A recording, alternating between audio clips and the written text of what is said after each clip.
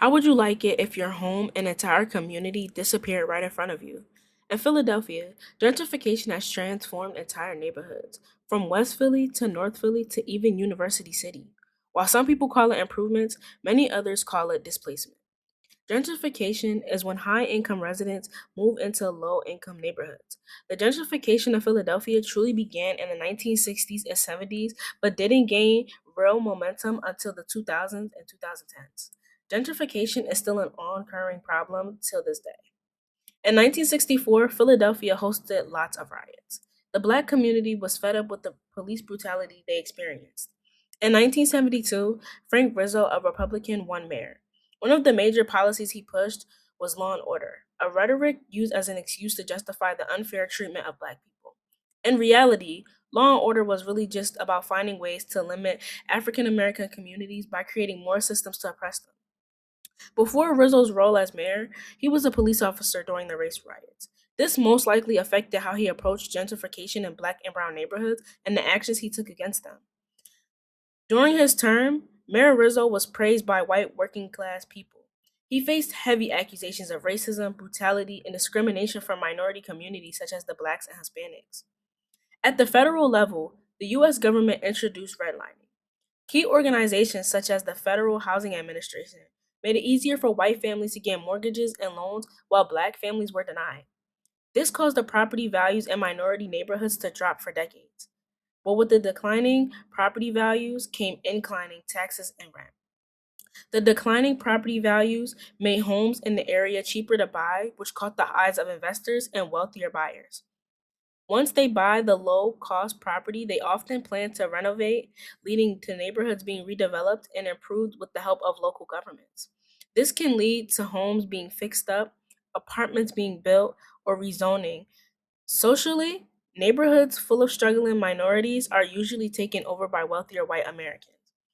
By the early 2000s, Philadelphia became even more attractive to developers and investors.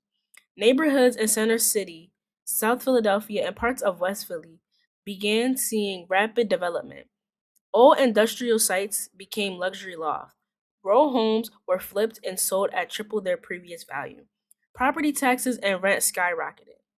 Investors, local government officials, and developers promoted redevelopment through zoning changes and tax incentives designed to attract wealthier residents. But when property values increase, so do property taxes and rent. For low income residents, many of whom were black and brown families, this meant displacement.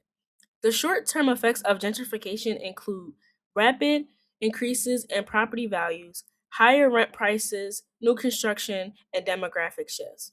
Some residents had to take on multiple jobs just to stay in their homes. Others were evicted entirely. The long term impacts of gentrification are also still visible today. Affordable housing has become scarce.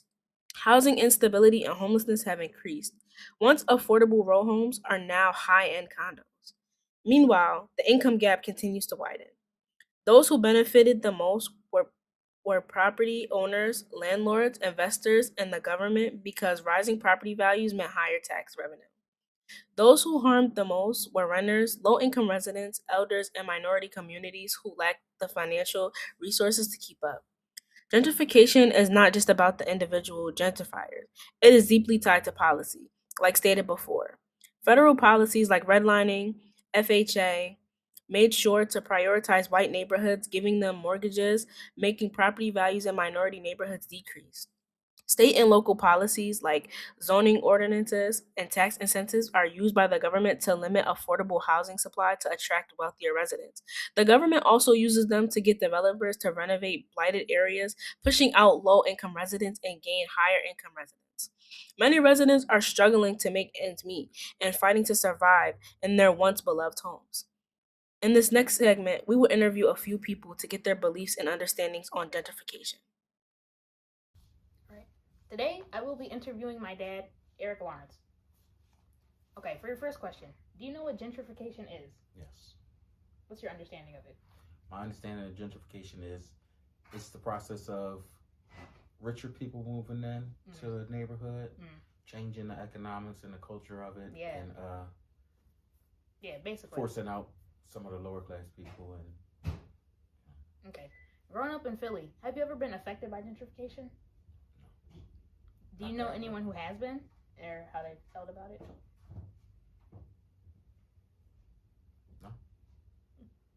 Okay. What do you think the main cause of gentrification is, and why? Economics. People want to make money. They want to come in and fix up older houses and make a little bit of money off of it.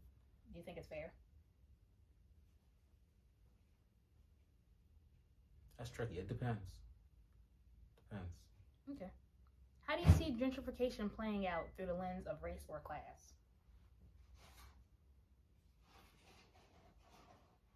Lower class people and lower class neighborhoods they can't afford to stay there anymore after the neighborhood becomes gentrified, so they're forced to leave.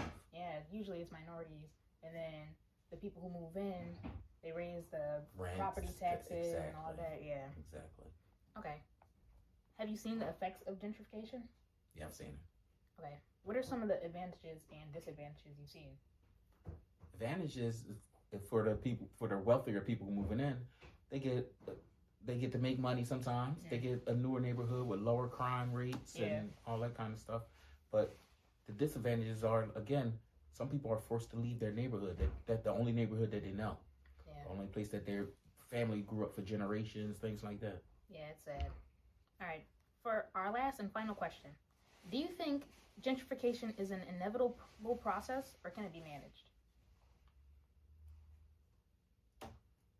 It's going to happen. It's going to happen. But the government, the cities, the municipalities, or whatever, they can manage it. They can make certain laws, certain rules to manage it and keep it better. Yeah. All right. Thank you. That's all. Many people believe that gentrifiers are solely responsible for neighborhood changes, but this is simply not true. The government is responsible. They're the ones that make the policies and decisions to change the neighborhood. Many people also believe that gentrification is a thing of the past, but gentrification still exists today.